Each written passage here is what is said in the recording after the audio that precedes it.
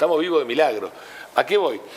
Hemos internalizado eso, y yo creo que la Argentina tiene su principal ventaja comparativa en su sector empresario, en su sector comerciante, en el tipo que vos dijiste recién bien. Si quiero abrir un negocio y antes tengo que pagar una tasa, y antes, ese tipo ya es un moicano, es una, no sé, es un vikingo.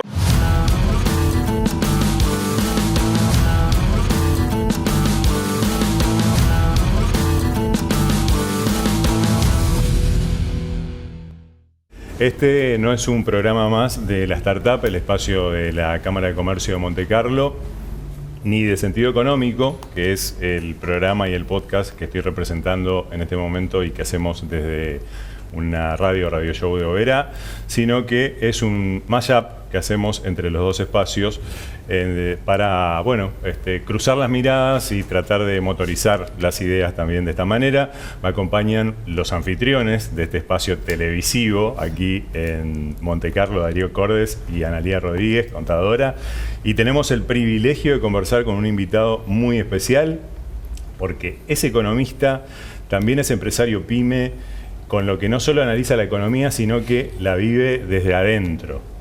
Así que bueno, Gustavo Lacha Lázari combina números, calle, empresa, producción, inversión y sostener una pyme en la Argentina real, que sabemos, y ustedes saben mejor que nadie, que no es fácil.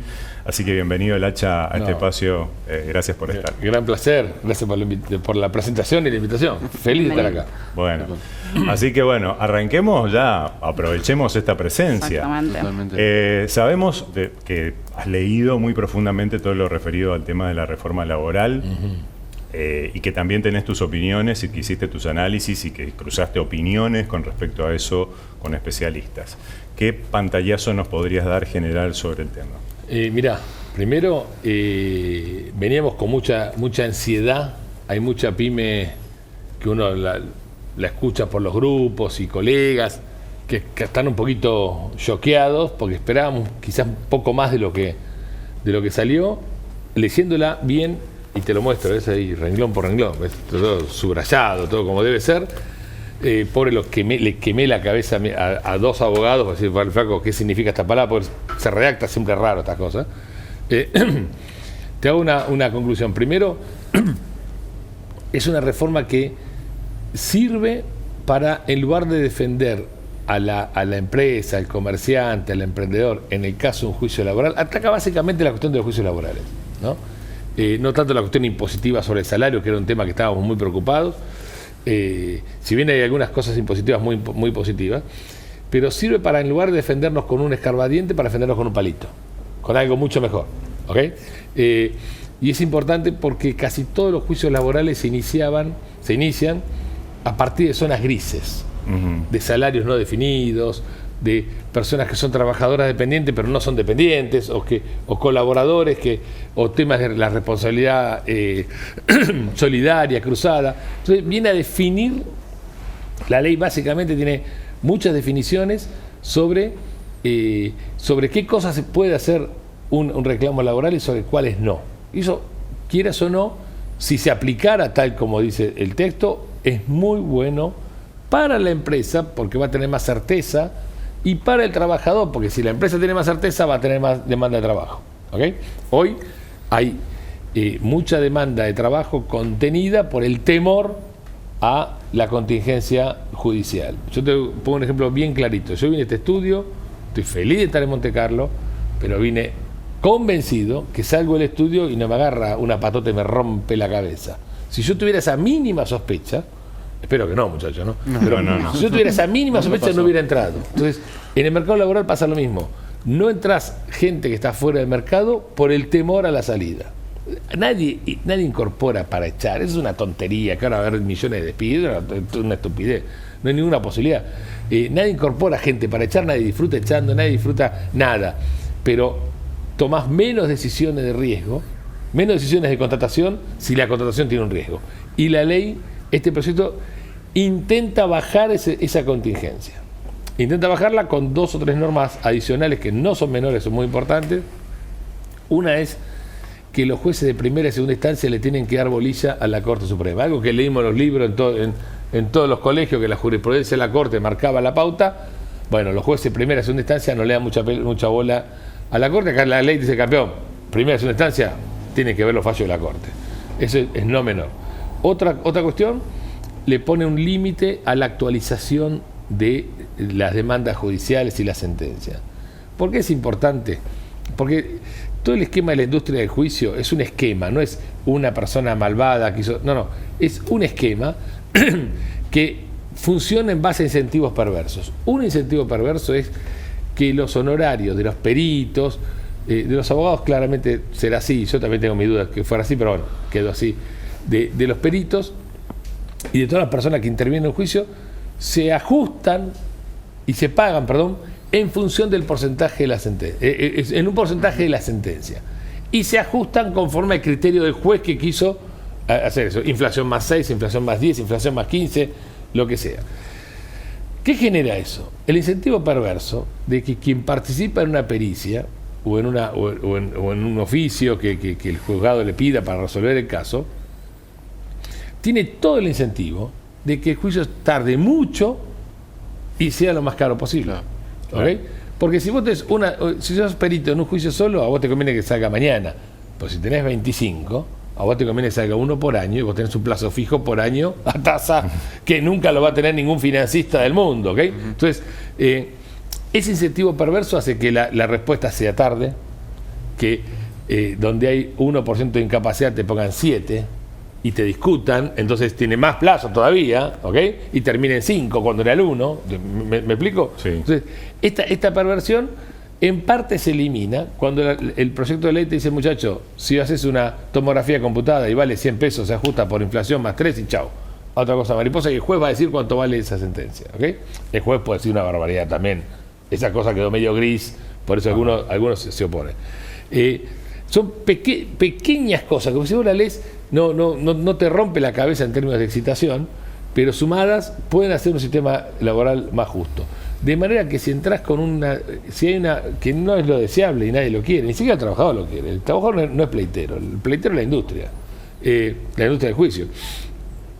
Pero si entras con un reclamo de 1 millón de pesos, que no sea probable salir con 200, que sea probable salir con 1,5, con 2, con 800, un número normal.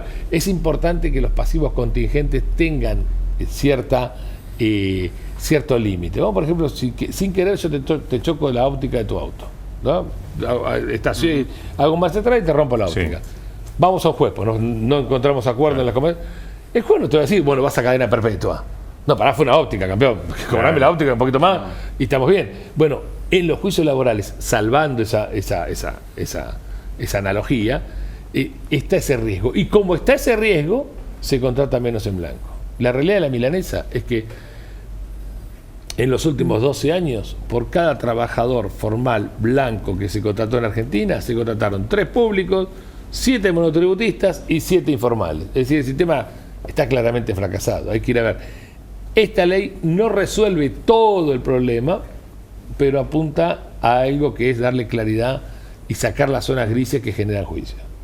O sea, la litigiosidad sería la punta del iceberg. Yo creo que sí, definitivamente. A ver. Pero abajo hay más cosas. Abajo hay más cosas, abajo hay un costo laboral increíblemente importante. A ver, yo saco la cuenta rápida, no rápida, bien, pero la explico rápida. Por cada 1.000.000 de pesos en la mano que cobra un trabajador, en la Argentina el empleador tiene que pagar 1.2 adicional. Como mínimo, hay gremios que más. Entonces, si vos sos un trabajador, por cada 1.000.000, el costo laboral es 2,2 millones, el trabajador tiene que tener la productividad de 2,2 millones. Si no, alguien pierde plata contratándolo. Claro. Y vamos a lo cruel. Hay chicos que no estudian ni trabajan, que no vieron a sus padres trabajar, que no vieron a sus abuelos abrazarlo. Vamos a entender la realidad como es, por lo menos en los grandes centros urbanos, las grandes urbes, los grandes GBA, en las zonas más profundas de los lugares más marginales. Y ese chico no tiene una productividad ni de 500.000 pesos. Claro. Con lo cual, no hay ni una posibilidad que se pide laburo en blanco. Es más, no hay ni una posibilidad que se pide que consiga laburo. Con lo cual, la única probabilidad que tiene es la esquina, la única probabilidad que tiene es la tranza, la única probabilidad que tiene es alguna picardía, para decirlo suavemente. Conclusión, para que incorporar 1,5 millones, 2 millones de personas a la vida formal, laboriosa, hay que bajar la vara. no hay vuelta. La Argentina con esta vara no puede trabajar. Y esta vara es la litigiosidad, que esta ley mal que mal trata de resolver, o por lo menos de dar un elemento, y la carga impositiva que esta ley toca, yo diría, marginalmente. ¿No? Considerando un poco el momento en el que estamos, ¿no? Estamos en un punto donde el gobierno nacional tiene una alta aprobación, más alta de la que muchos nos esperábamos después de lo que se hablaba antes de las elecciones. Pero mencionas muy bien que esta reforma laboral, muy esperada por las pymes, no descolla en entusiasmo. ¿A qué se debe eso de que no aprovechan el momento y dicen, bueno, hacemos las reformas para que justamente se vuelva atractivo? Porque ese es el problema, ¿no? ¿Sirve la merma parcial en el peligro de la litigiosidad como suficiente atractivo para que yo diga, ok, ¿sabes qué? Me animo, tomo 3 chicos, asumo el costo, los pongo en blanco? O sea, ¿a qué se debe esa tibieza en la redacción? Déjame hacerte primero una pregunta ahí, tangencial que mandaste. Vos decís, si sirve para contratar, no es determinante, pero es condición necesaria. Sí. Yo digo que resolver la litigiosidad es las ruedas de un auto. Sí. Vos agarrás un chasis, le pones ruedas, ¿tenés un auto? No tengo un auto. Pero sin las ruedas no hay ni una chance que tenga un auto, ¿ok? Me falta el motor, me falta la transmisión, me falta el combustible, me falta el conductor, ¿ok? Eso está claro, pero es condición necesaria. Muchos kirchneristas te dicen a veces, con todo respeto, yo escucho el argumento y lo rebato o intento, que en el periodo 2003-2006 se crearon puestos de trabajo con la prohibición de despido, lo cual no es cierto. La prohibición de despido estaba para el stock de gente, no para los nuevos, con lo cual el nuevo puesto de trabajo no tenía prohibición de despido, ni doble indemnización. Pero más allá de eso viene de un pozo muy profundo de 4 años de recesión y caída del producto. O sea, es razonable que el rebote sea empleador. Sí, ahora, claro, después se te estancó y no creció más con esta legislación. En los últimos 12 años. Entonces, no es tan cierto ese argumento. Si mañana hubiera un proceso de crecimiento fuerte, vos vas a tener más contratación. Pero mucho menos de la que hubiera habido si hubiese resuelto la cuestión de la litigiosidad. Ahora, ¿por qué no fueron más a fondo? La realidad es que Argentina tiene, todos los países tienen básicamente 4 bases imponibles: las ganancias, las ventas, el trabajo y el valor de la propiedad. Nosotros tenemos 3 niveles de gobierno, ¿ok? El único país del mundo que en los 3 niveles de gobierno grava fuertemente las 4 bases imponibles somos nosotros. Todos los países, más o menos, 2 bases o una base la dejan más o menos liviana. Vos en Estados Unidos tenés muy fuerte ganancias, muy fuerte propiedad, pero impuestos sobre el trabajo y sobre las ventas son bajísimos, ¿ok? En algunos países de Europa te bajan impuestos a las ganancias. Bueno, acá nos liquidan en todo. Con lo cual, la cuestión laboral está muy atada a lo fiscal. Es decir, la cuestión laboral, Argentina tiene el principal déficit en el sector público, es el sistema previsional. Sí. Entonces, el óptimo, si vos me haces dibujar en un papel, sin restricciones de la realidad ni nada, deberíamos haber hecho la reforma fiscal, laboral y previsional a la vez. En conjunto. Yo no sé si la gente estamos capacitados. Que era un poco la expectativa que muchos teníamos. Sí. Yo entiendo tu angustia o el sentido de tu pregunta, porque esta es una bala de plata y no tiene muchas balas el gobierno. Mira, nosotros lo vimos en el 2019 con Macri. Claro.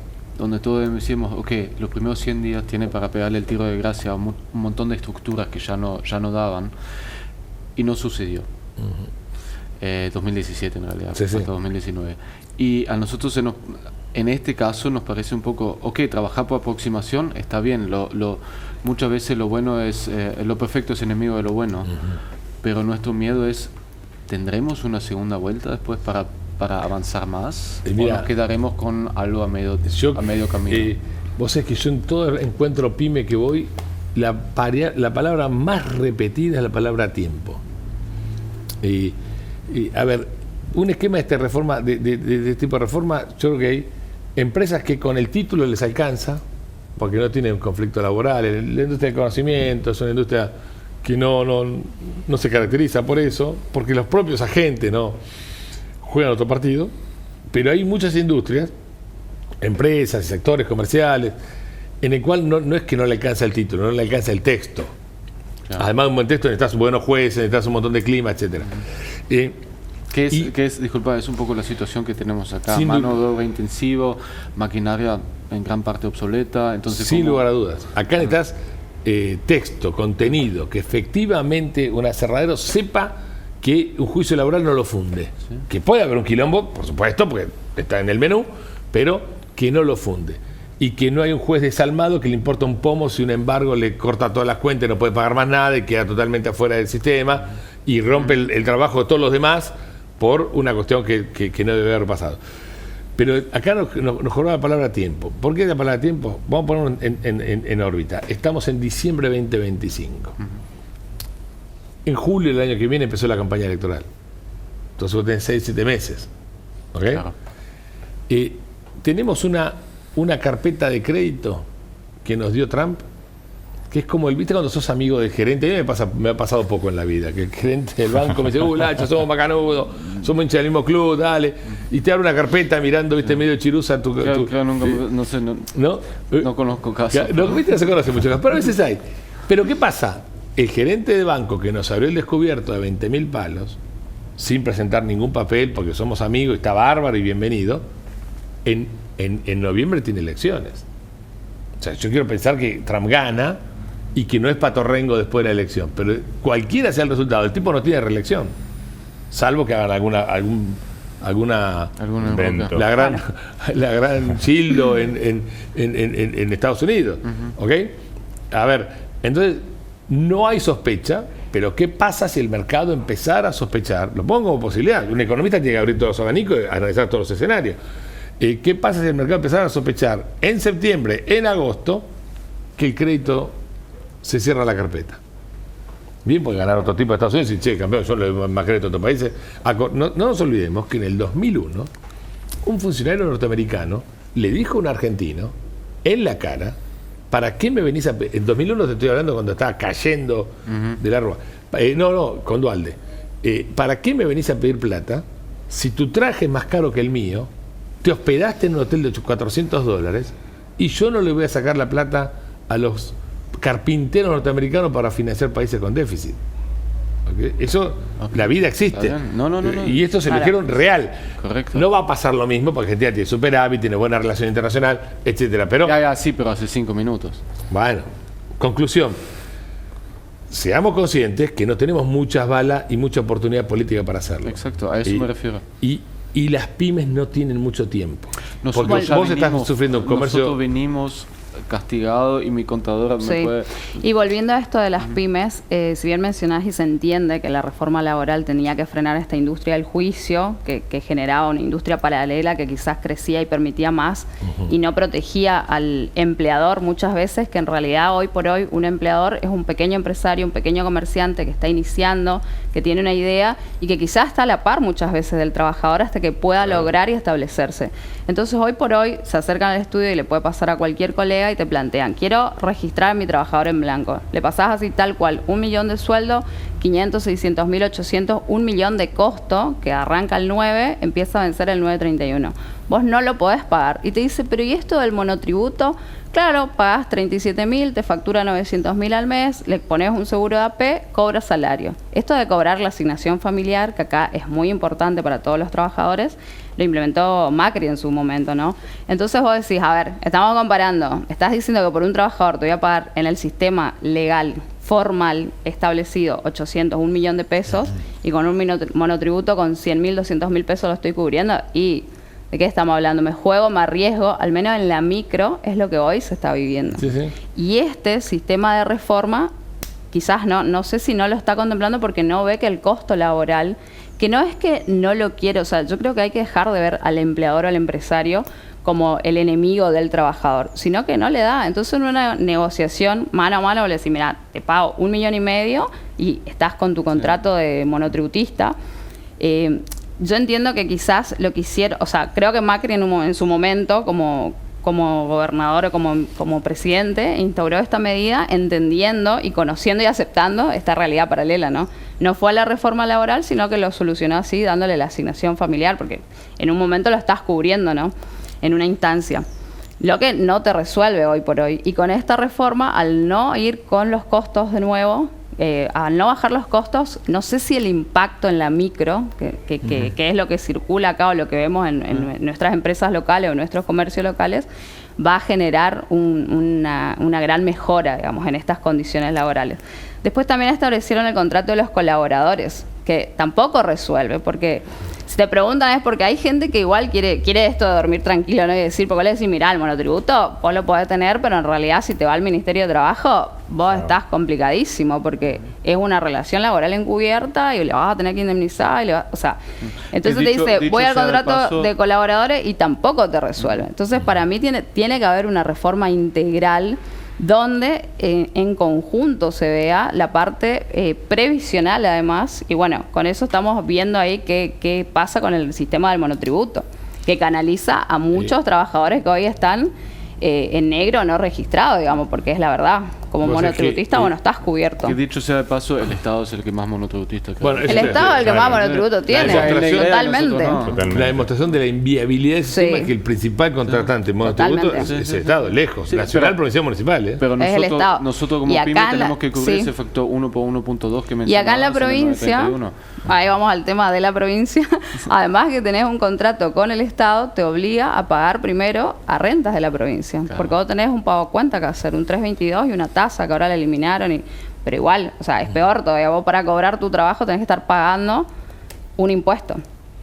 A ver, déjame hacer algunos aportes al gran diagnóstico que existe. Primero, esta es una de las leyes que habría que sacar, no es la única y no va a abarcar todo, porque vos nombraste la palabra costo argentino y hay por lo menos 10 componentes más del costo argentino, que obviamente no va a estar en la ley laboral. Sí. Hay un temita no menor en esta ley, no menor, que para mí es muy importante, que es la amortización acelerada. Ojo al piojo, eso es un gran dato que en periodos de estancamiento, de recesión, de principios de recuperación, quizás no sea tan importante, pero cuando vos tenés que invertir, realmente prácticamente estás pagando la inversión con el impuesto a las ganancias, es realmente importante. Eso por un lado, pero permíteme, Argentina, déjame hacer una definición. Costo argentino, para dar una forma de definirlo, es lo que paga un productor argentino versus lo que paga un productor extranjero por la misma prestación, en el rubro que quieras, de la ruta, la educación, la salud, el sistema impositivo.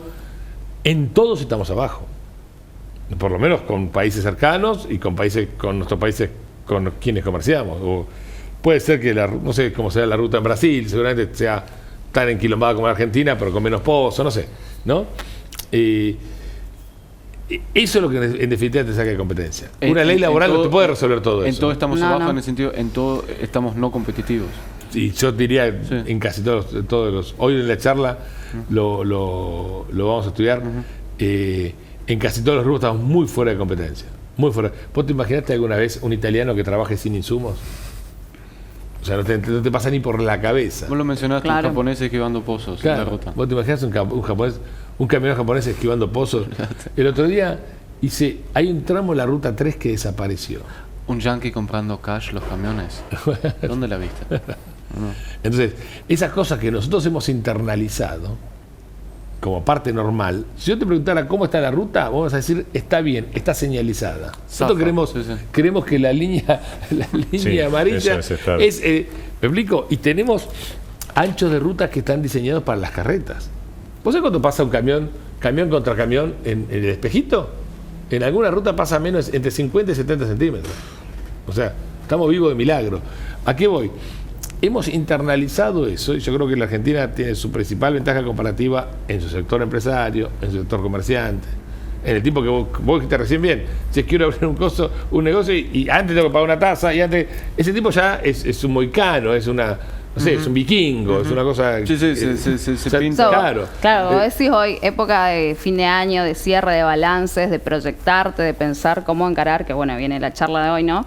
Pero decís hoy como empresario profesional, como lo que vos quieras encarar hoy, ¿cuánto de la competitividad que vos puedas tener, qué podés definir vos, depende de vos? ¿Y qué es lo que ya tenés fijado en el entorno y en el contexto. Eso, factor interno, factor externo. nosotros, Súper Realmente interesante. es un desafío y hay que tener muchas ganas, ¿no? Porque a las pymes nos encanta volvernos eficientes, pero hay un límite de lo que podemos resolver adentro. Y aparte la peor posición es hacer todo el... porque es una cuestión que para gente, todos sepamos, bajar los costos es lo más incómodo que hay. No hay nada mejor que decir que sí, dale, sí. A ver el presupuesto, dale, firmalo. No, hay que verte el presupuesto, hay que ver cómo es la mejor condición, no todo lo más barato. O sea, es muy difícil cada mini compra que un kiosco, negocio, empresa haga. Y bajar los costos internos siempre es un desafío doloroso, difícil, es gratificante. Y llega un punto que tocaste todos los ítems y no te quedó más nada. Y lo peor que nos puede pasar es ser lo más eficiente posible adentro y perder la competitividad por afuera. Lo que y en ahí, muchos casos no sucede. Una cuestión. Ahí donde el sector empresario además hoy tenemos una mochila adicional. Alberti decía que no se mete en asuntos públicos, paga su pereza con su fortuna. Entonces, lamentablemente nos tenemos que meter en asuntos públicos. Usted es una cámara. Sí. Yo estoy seguro, ¿me dejan meter un tema picante? Sí, por favor. Estoy seguro que ustedes pagan de cuota en la cámara menos lo que yo pago en Nueva Chicago de socio. Y hay días que yo veo 2 goles por mes. Entonces, es decir, ¿cómo puede ser? Bueno, ese es tu problema. Es mi problema y estoy feliz. Y el de Chicago, y soy igual cuando no vemos ningún gol. Pero ¿a qué voy? A veces en la vida particular te gastás 2 pesos en una cena, pero en defender a la ciudadanía, en defender a tu negocio, en defender a tu actividad, no querés poner 30 centavos. Entonces, y después le pedimos, pero ¿cómo no luchás contra ingresos brutos? Sí. Campeón, tengo 2 escarbadientes. O sea, entendamos tampoco que... Entonces, a veces nosotros hemos sido perezosos y quienes van por nuestro esfuerzo, no por nuestra riqueza, por el esfuerzo, porque el problema no es que te quieren sacar la riqueza, te quieren sacar el esfuerzo, que es distinto. Quienes van por nuestro esfuerzo no son perezosos. Estamos compitiendo fuerzas muy desiguales. Sí, ellos tienen 8 horas al día para dedicarse a eso. Nosotros hacemos el extra y sin un... O sea, esto es gratis, obviamente, ¿no? Acá nadie tiene un sueldo para estar... Y seguramente te contás con muy pocos recursos. Yo recorro todo el país y he visto sociedades rurales de zonas núcleo donde la hectárea cuesta $20,000-$25,000 y no tienen presupuesto para un café en la rural. Entonces, ¿que el tipo baje la retención? ¿A quién convence? Sin recursos, por más que tengas el mejor argumento del mundo. ¿Okay? Entonces, ahí nosotros tenemos una obligación, porque si esto es un cambio de régimen y tuviéramos que transformar la Argentina, no somos plateístas de la reforma. Tenemos que ser activos de la reforma. Ser activo significa exponerlo, mostrarlo. Exactamente. Exponerse es que una cosa que fallamos siempre, no contamos lo que hacemos por vergüenza. Entonces, desde un kiosquero a un aserradero, la actividad de él está como oculta. ¿Okay? Y la verdad es que, aparte por pudor, la realidad es que actividad que se desconoce no se valora, lo que no se valora se puede demonizar, lo que se demoniza es muy fácil reventar impuestos. Yo te pongo un ejemplo, no quiero ganarme enemigos, ¿no? Ya estoy viejo, así que estamos ya en retirada, pero hay cantantes modernos que, como dice Charly García, viste que la música es melodía, ritmo y armonía, hacen ritmo y bastante tontos, ¿no? Con dos palitos, los tipos son millonarios cantando el abecedario. ¿Ok? ¿Todo bien? Fenómeno, la vio mejor que nosotros, está fuera de discusión. A nadie se le ocurre poner una percepción de ingresos brutos a Elegante, ni una retención a la exportación de Elegante. ¿Por qué? Porque la cultura está bien vista, gracias a Dios, lo comparto, está expuesta, la gente la valora. ¿Y por qué la gente no valora el laburo de la madera? ¿Que está mal hacer madera? Porque no lo mostramos. No mostramos. En la ciudad de Buenos Aires mucha gente cree que come churrasco porque la vaca es macanuda y te tira un bife arriba de la plancha. O sea, no entendemos el proceso de producción del nacimiento. Y cuando vos mostrás el proceso de producción de cualquier actividad, yo te puedo asegurar que mucha gente se te enamora. Si se te enamora, le va a costar mucho más cobrarte impuestos. Hay un universo detrás de cada cosa, pero en complemento a lo que vos estás diciendo, también la política se encargó, o sea, digamos, la escena política se encargó en los últimos años de alejar a cualquiera que se quiera acercar simplemente por, y voy a decirlo, por asquerosa. ¿Sí? O sea, ya nadie se quiere involucrar de los privados. En la política puede decir, esto, ¿sabes qué? Estos son Le liberás las manos para que puedan hacer lo que quieran. Claro, en realidad Te ponen el biombo para que vos estés del otro lado. Yo creo que hoy por hoy, viendo a cualquier empresario o emprendedor con toda la realidad y a todo lo que cada día se desafía y está peleando, luchando, siempre con un problema, es como que no le queda energía.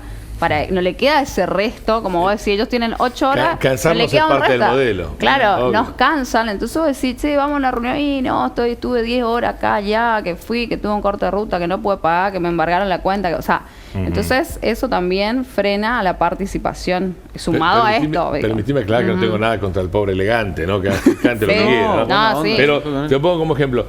Es verdad, pero no puede ser excusa. No, para mí no, por eso estamos acá adentro incentivando. Y digo, ¿por qué no? Porque el país está roto. Sí. Si no estuviera roto, te diría, ¿sabes qué? Tranquilo. Sí. Pero el país está roto. Dado que está roto, la obligación, tenemos una mochila adicional, Lola. Pero también significa que hay todo por hacer, significa que hay un montón de cosas que... No, a ver, por supuesto. Siempre está el chiste, ¿qué tal vivir en Suiza y perderse esto? ¿No? O sea, acá hay muchas tareas por delante. A ver. Entonces, influyámosle optimismo a esta conversación. Costo laboral, costo argentino, podríamos ahora ponernos a desglosar los 10 componentes que mencionaste, pero a mí me interesaría un poquito decir, ¿a dónde vamos? ¿Cómo empujamos? Vos permitime una cuestión. Sí. Que todo esto lo decimos, porque estamos, yo convencido, y imagino que ustedes también, convencidos que si Argentina elimina a medida que va reduciendo, antes que eliminar, el costo argentino, Argentina vuela. Sí. Todos recorremos el país. Este año hice 47.998 kilómetros de ruta. Me falta sumar los de Iguazú, Monte Carlo. O sea que pasé los 48.000. Argentina vuela. Argentina tiene una productividad. Tenemos motores por todos lados. Algunos motores están funcionando. Hay una demostración brutal que motor que desregulás, motor que vuela. O sea, la energía de la minería no vuela ahora porque nos agarró el ataque. No, vuela porque hay un RIGI, vuela porque hay mejores condiciones, porque Vaca Muerta enseguida consiguió un régimen laboral e impositivo distinto al general, porque si no hubiera estado el petróleo ahí toda la vida, como hace millones de años. Y en el sector agropecuario, por ejemplo, a medida que van bajando trabas y bajando algunos impuestos y bajando algunas prohibiciones, se te despegan sectores, pero como cohetes así. Te pongo un ejemplo, la actividad ganadera. Estaba aplastada hace 3 años. ¿Por qué empieza a volar? Porque se puede exportar, porque no te joden con los cortes, porque empezás a tener mejores condiciones, bajaron las retenciones, ¡blum! Se arma el mercado. La actividad lechera, si bien está con márgenes muy chiquitos, hoy podés exportar toda la leche en polvo que quieras exportar. Argentina es un gran jugador. Pasa que la curva que era plana, 30 años produciendo la misma cantidad de leche. Sí, y grandes jugadores cayéndose, Sanco. En el país de la... Bueno, ahí te metes al sindicato, ¿no? Okay, bueno.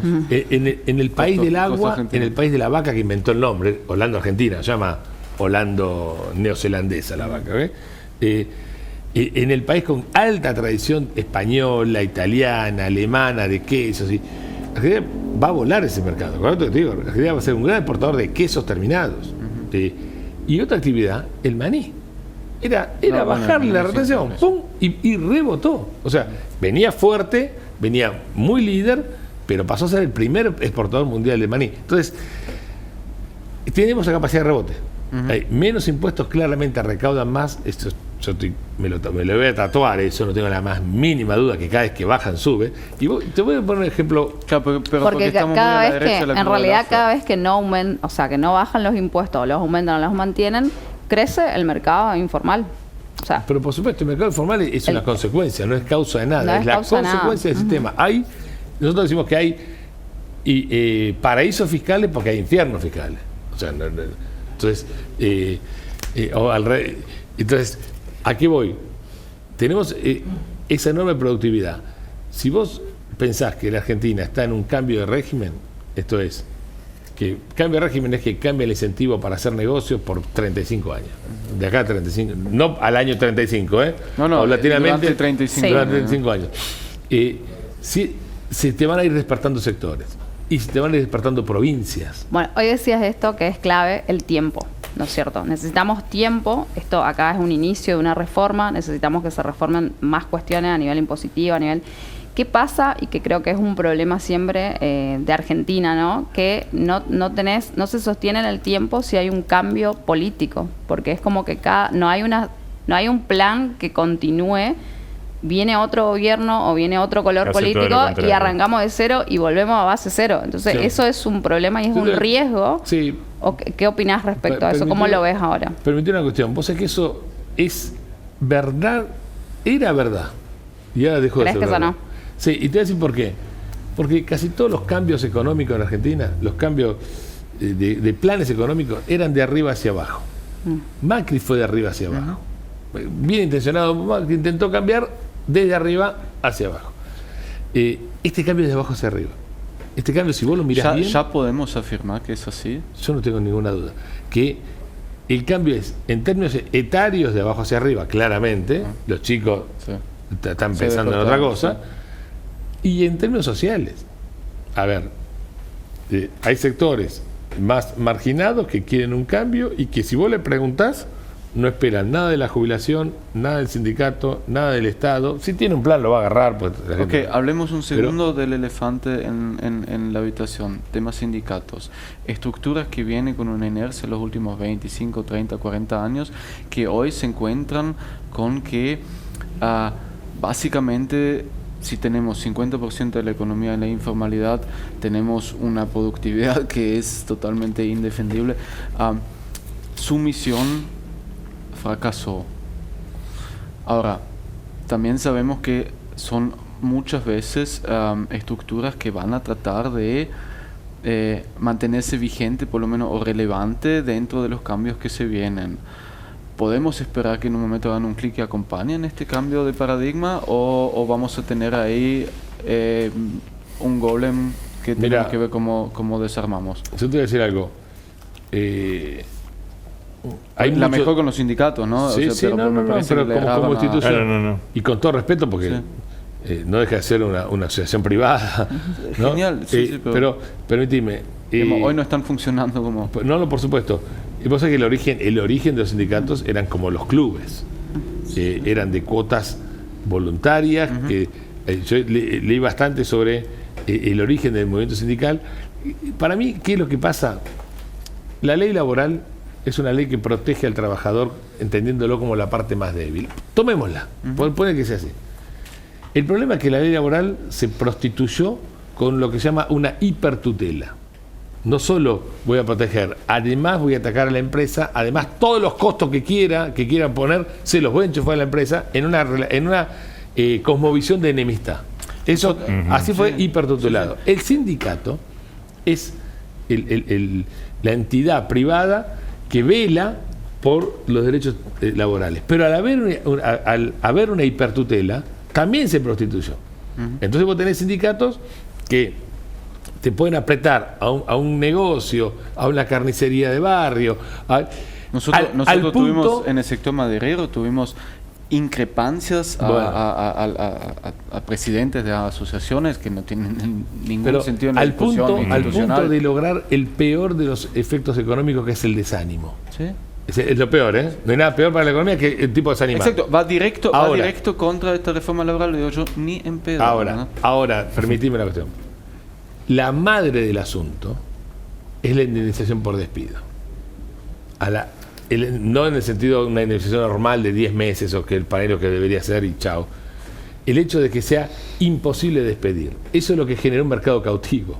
Entonces el sindicato tiene la gente adentro. Tiene mucho poder porque vos no tenés acción. Si Argentina tuviera un mejor sistema de flexibilidad, el sindicato pierde poder, con lo cual se va a concentrar en la actividad específica, que es regular el convenio de trabajo, mantener las horas, mantener la protección del trabajador, que es lo correcto del sindicato. Y muchos sindicatos lo hacen. Te lo tomo para la parte formal. Ahora, tenemos la mitad de la economía en la informalidad. Significa que están pescando en pero ¿por qué ni lo miran?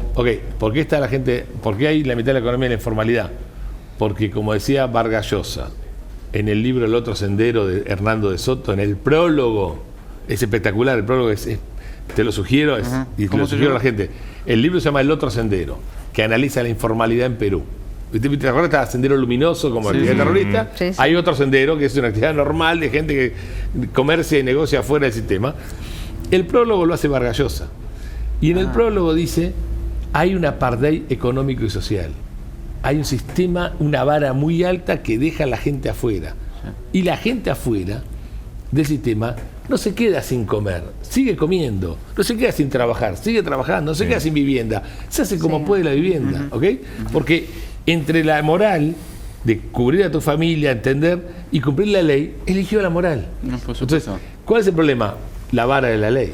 Entonces, el óptimo, si vos tenemos que dibujar en Argentina, creo que lo puede hacer y yo estoy seguro que la gente lo quiere hacer, es bajemos la vara, que el sindicato proteja a los trabajadores como lo tiene que proteger, que la industria del juicio desaparezca porque no hay nada más antiobrero y antitrabajador y antisindicato que la industria del juicio, y que la economía pueda fluir con un sistema impositivo razonable. Vos sabés que en La riqueza de las naciones, Adam Smith dice en varios párrafos que para pasar de la miseria a la opulencia, un país necesita bien poco. Me encanta la expresión bien poco. El traductor fue genial. Bien poco. Y nombra 3 cosas, paz, impuestos bajos y una razonable administración de justicia. Fíjate que no dice inversión tecnológica, inteligencia artificial, nada. Eso es viene paz, impuestos bajos y una administración de justicia razonable. Y lo otro, lo que decías hoy cuando arrancabas con el estudio, el tiempo que te llevó y consultando a abogados y especialistas, hacen que sea siempre tan burocrático y tan difícil que yo me doy cuenta que clientes y empresarios de años no terminan entendiendo conceptos básicos y vos decís ¿por qué? Porque lo hacen tan difícil, tan complejo, no lo bajan a tierra y ahora por ahí quizás para mí siguen vendiendo humo con esto de IVA simple, ganancia, porque no te simplifican nada, es como un cartel que vos decís, vos entrás y tenés que estar en la pantalla. Yo digo, terminamos nosotros como profesionales, lo cual a mí no me parece que haya estudiado y me haya formado para esto, terminás siendo un data entry, liquidando, y vos te preguntas y vos decís, tengo los números, no le podés terminar asesorando por 2 cuestiones. Queda mucho en la informalidad, muchos números que nosotros no manejamos.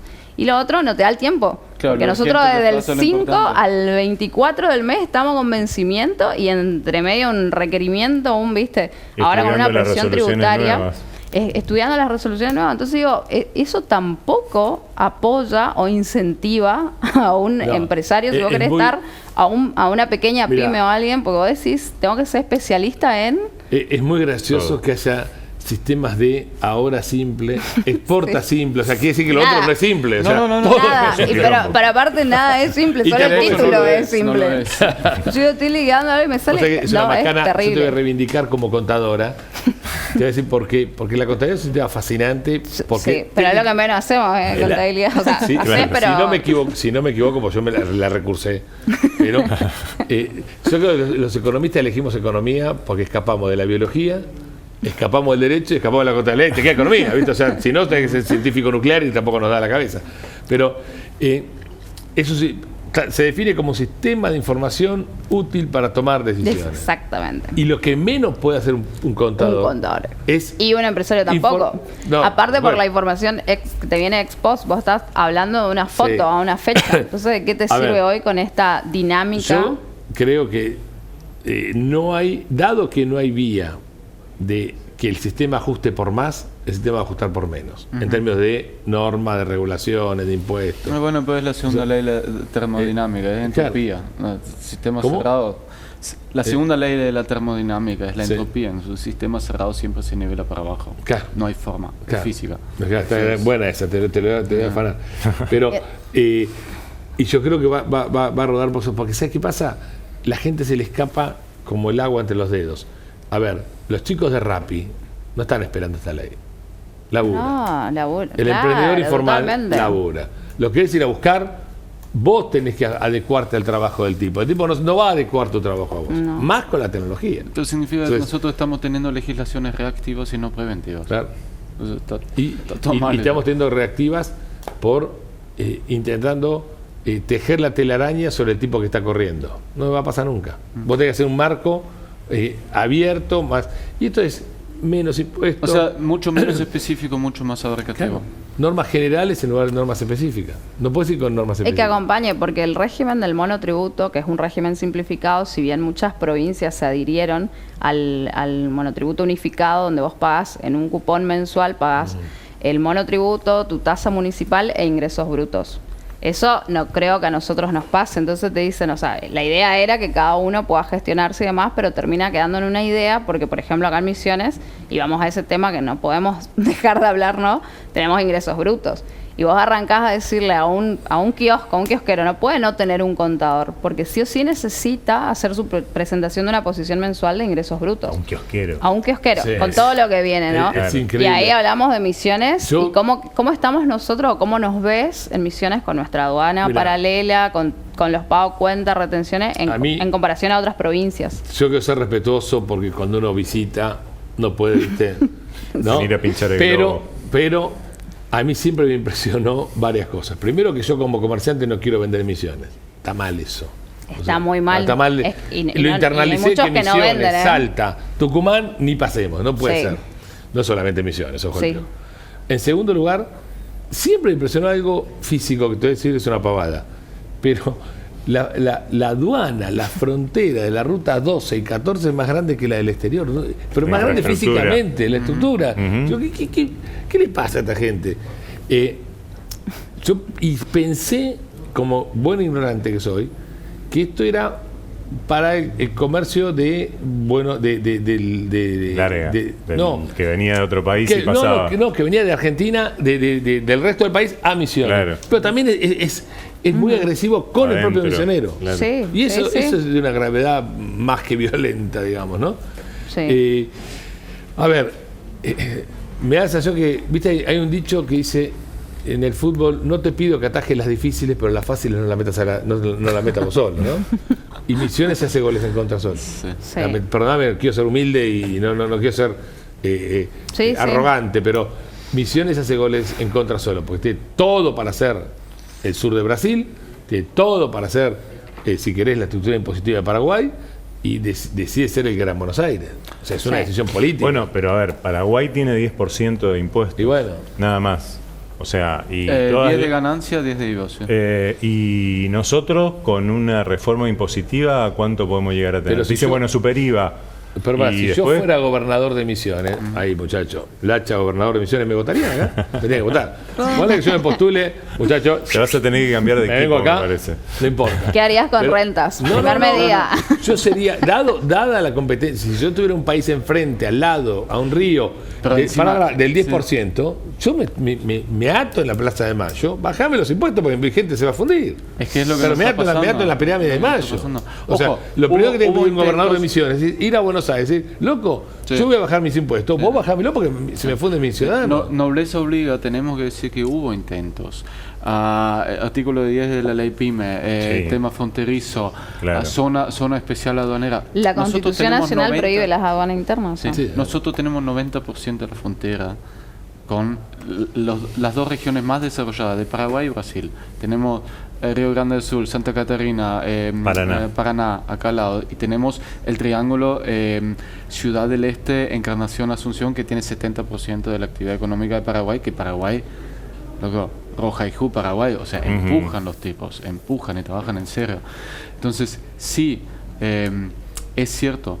Ahora, en nuestro pseudo federalismo, esa independencia de las provincias me parece que no estaría siendo. No, y ya viene pasando que hay personas, o sea, que viven acá en Monte Carlo, en Misiones, por ejemplo, y que tienen domicilio fiscal en otras provincias para poder pagar menos impuestos. Por ejemplo, por decirte, si sos un trabajador en relación de dependencia, no tenés empresa nada, acá si te compras un auto hoy, pagas el 3% de sellos. En Corrientes, te haces acá al el cambio ladito de pagas el domicilio. 1%. Ok, te hago una pregunta. Si yo fuera gobernador de Misiones, me voy a postular, loco. Escuchame. Dale. Pará, si yo fuera gobernador de Misiones, con todo respeto, podría tener 3 misiones de restricciones y el quilombo que yo no conozco. Pero es un chiste, pero. No, por supuesto. Y vos tenés a Maradona y Canigia. Y vos tenés a Messi y Batistuta y Coso. Yo no puedo decir, voy a jugar con 2 palitos.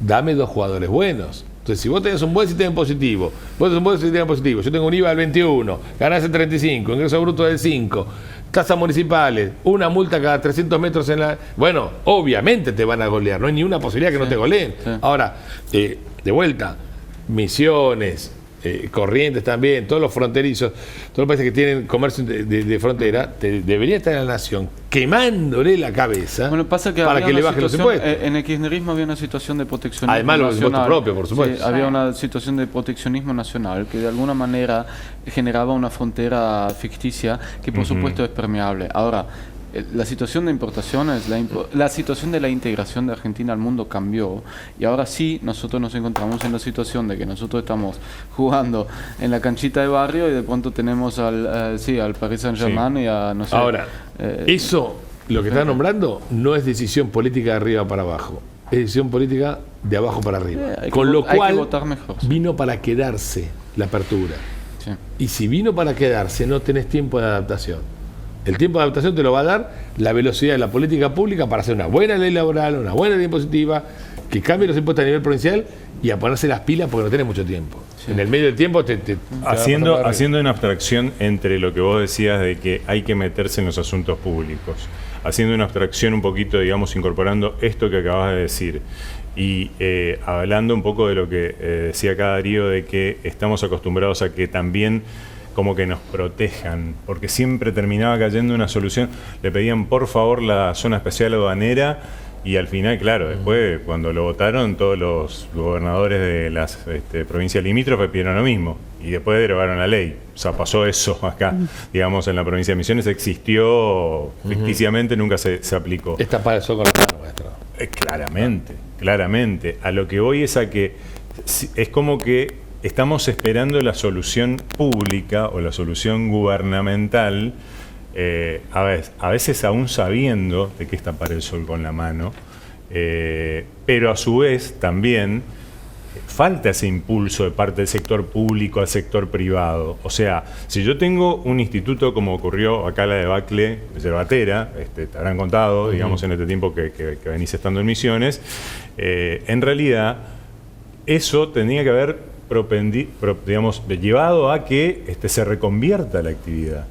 O sea, a que seamos, no sé, digamos, exportadores de yerba, a que seamos otra cosa que lo que somos, dependientes de un precio que lo pone alguien.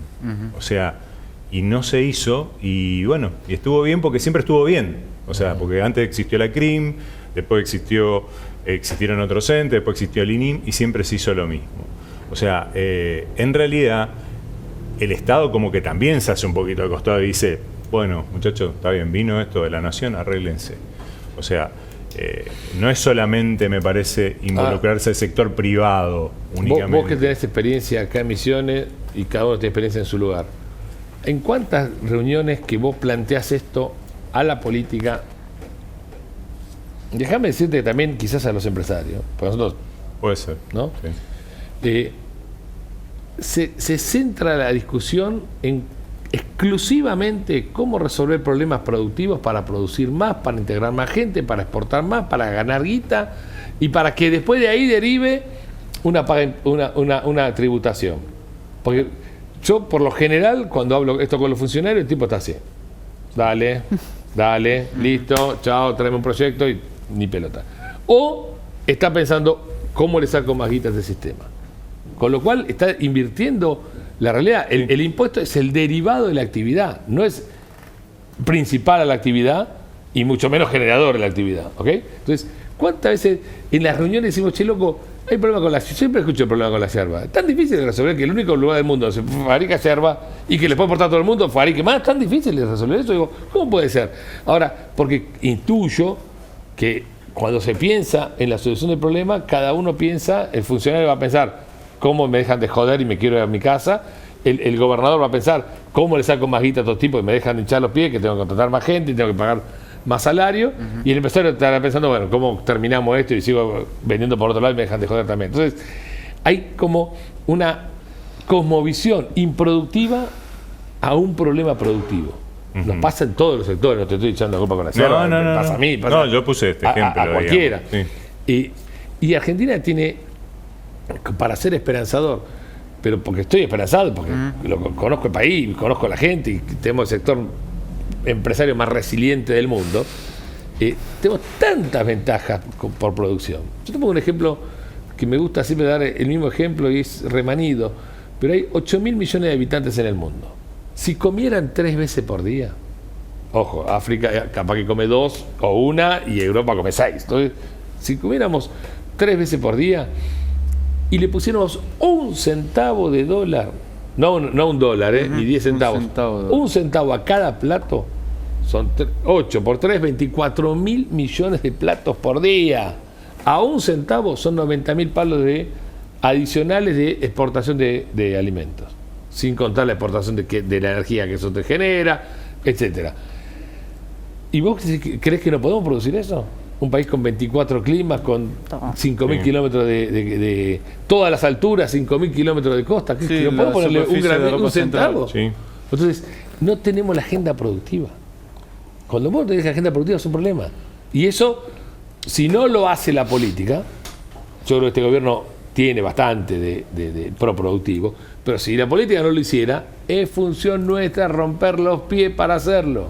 Y capaz que nos tocó una etapa de la vida donde tenés que dedicar a los 3 millones de quilombos que tenés vos, a los 3 que tenés vos, a los 3 que tengo vos, y a uno adicional, 3 millones, uno que es cargar la mochila pública. Porque el que no se mete en asuntos públicos paga su pereza con su fortuna. Antes del final, ¿cuánto aguanta el bolichero? Porque estábamos hablando un poco en la previa de eso. ¿Cuánto más aguanta? Mirá, y en el empresario, el pyme, yo te decía algo, porque Argentina es el mejor país del mundo. Punto. Todos los demás compiten por el segundo puesto, se lo peleó cualquiera. En el 2001, yo tengo un recortecito así en el Cronista Comercial de un canadiense que había hecho un estudio que decía que en los países latinos las crisis son menos duras, menos impacto social que en los países sajones. ¿Por qué? Porque el latino se enamora de la actividad. El latino, nosotros que estamos todos de origen distinto, somos todos gringos de algún lado distinto, en el fondo somos argentinos, y te enamoras del quilombo, te enamoras de Argentina, y ese kiosquero va a aguantar. ¿Por qué? Porque tiene aguante, porque tiene agallas, porque tiene fuerza, porque tiene sueño, porque tiene un hijo, porque tiene 3 millones de cosas. Yo reconvertí mi fábrica porque mi hijo me dijo que no podía ser tan virgo de fundirme. Mirá lo que me motivó. No me motivó un estudio en Harvard, el posgrado, un carajo. Me motivó que este pibito me dijera virgo. Digo, pará, ya tengo la fuerza suficiente para demostrarle a este pibe. ¿Me explico? Sí. Es decir, el comerciante argentino en el fondo es una familia, en el fondo su negocio es su hijo, y vos decís, si lo haces racionalmente, agarrás la TIR, el VAN, ya hace 10 años ninguno deberíamos haber estado acá, ¿ok? O sea, la romantización del proceso hace no es menor, es parte esencial. Por eso no tenemos que pincharle el globo al tipo que está ilusionado y que si esperamos una flor de reforma, hagamos una flor de reforma. Entonces con esto te doy pie a vos, Analia. La pregunta final, siempre le damos una bala de plata y para arrancar el 2026, la pregunta hoy sería, si tuviera que tomar una decisión en la pyme, una sola, para llegar y seguir en el 2026, ¿cuál sería? ¿En la pyme? Ajá. ¿Mía adentro? Sí. Yo, ninguna duda, voy a seguir motivado con ampliar la producción de jamones crudos, que me gusta. 190 lucas con base y cuchillo, te lo traigo acá, te lo corto a esta altura, te hago cualquier cosa para vender, pero sin ninguna duda me pongo el sueño que más me motiva adelante, sin ninguna duda. Pues si empiezo en el quilombo de cada día, tirarse la pelota adelante. Tiro la pelota adelante, sin ninguna duda. Obviamente en lo práctico, cuidemos el mango, bajemos el costo, cuidemos las finanzas. Hoy cada manguito no puede dormir sin hacer nada. Involucrémonos en lo público. Involucrémonos en lo público. Es decir, que la pyme es una constelación de quilombo. Y la verdad... Nunca mejor definido. Pero la verdad, disfrutalo. A ver, si vos tenés un desafío, tenés 3 opciones. Sí. O lo padecés tangueramente, ¿viste? Por algo el tango es argentino, llorás el pasado. O lo padecés, o lo enfrentás a los Chicago, muchachos. Lo enfrentás y decís, vengan de a uno y me lo fumo a todos y con un cuchillito de avión le haces piña a cualquiera. O lo disfrutás productivamente. Entonces, la pyme va a tener que seguir haciendo eso, vamos a tener que seguir haciendo eso. no nos olvidemos de asuntos públicos porque tenemos un arma Hay poderosa. que involucrarse. Ujú. Tenemos un celular, tenemos Sí. una arma poderosa, no hay funcionario que se fume un reel, ¿ok? Y no podemos dar por obvio lo que no es obvio. Vos me dijiste recién, hace un ratito, así estábamos al aire, ¿no? Que hasta hace poquito había carbónico para hacer un trámite Sí. en papel oficio. Bueno, loco, no es obvio, no es normal. Hay que quemarle la cabeza al tipo y hay que sacar ese trámite. Si no Y es no lo se que ve. hicimos. Esto Bueno, no va más. Esto no se y permite así más. Ujú. tenemos un laburo adicional. Sí. Tenemos Ok. que hacerlo paso por paso, quilombo por quilombo, y disfrutémoslo porque si no, no vamos a amargar. Entonces, es eso.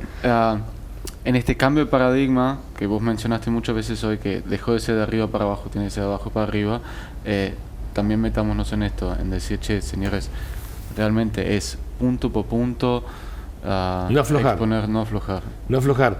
La pyme tiene que estar, viste como cuando tenés la canilla que gotea, que si la apretás deja de gotear, y bueno, capaz que tengo que tener 50 manos en las internas Sí. y en la externa. A ver, estamos obligados, los que nos pidieron el cambio son los chicos. Los pibes nos pidieron el cambio. Nuestros hijos. ¿Ok? No solo a mí, mi hijo que me dijo Virgo. El pibe que está buscando un pasaporte europeo. No, Le claro. está diciendo, loco, la cambiá porque me va a la mierda. Era la discusión, Bueno. nos quedamos hoy Seiza.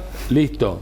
Los que estamos acá ahora- A tipos de los más de 30, los más de 40, que estamos tomando decisiones, nos pidieron, loco, peleenla. Y pelearla es pelearla adentro y pelearla afuera. Y quemarle la cabeza al gobernador, bajen ingreso bruto, déjense de joder que van a recaudar más. O sea, hagan la cuenta. Hagan la cuenta bien. O sea, exprimiendo la naranja hasta exprimirla. No sacar más jugo, en un momento hay que poner más, hay que hacer más naranja. Entonces, si una vez no te dan bola, 2 veces no te dan bola, y tendremos que ir 10.000 veces, loco. O sea, fácil. Si nos cansamos, perdemos. Sí. Tenemos que tomar conciencia de la relevancia que tenemos como sector privado. Porque sin nosotros todo este circo no existiría. Totalmente. Y estar orgulloso de lo que hacemos. Lo que hacemos no está mal, está bien. Bueno, de esta manera cerramos este espacio, este mashup entre el espacio de la CACIM, la startup, y Sentido Económico. Así que, Lacha, un gusto. Placer enorme. Un placer enorme tenerte acá y la verdad una luz también de esperanza, por qué no decirlo, en medio de un momento de tantas dudas. Así que muchas gracias. Bueno, gracias a Muchísimas ustedes, gracias, la pasé doctor. genial. Gracias. Excelente.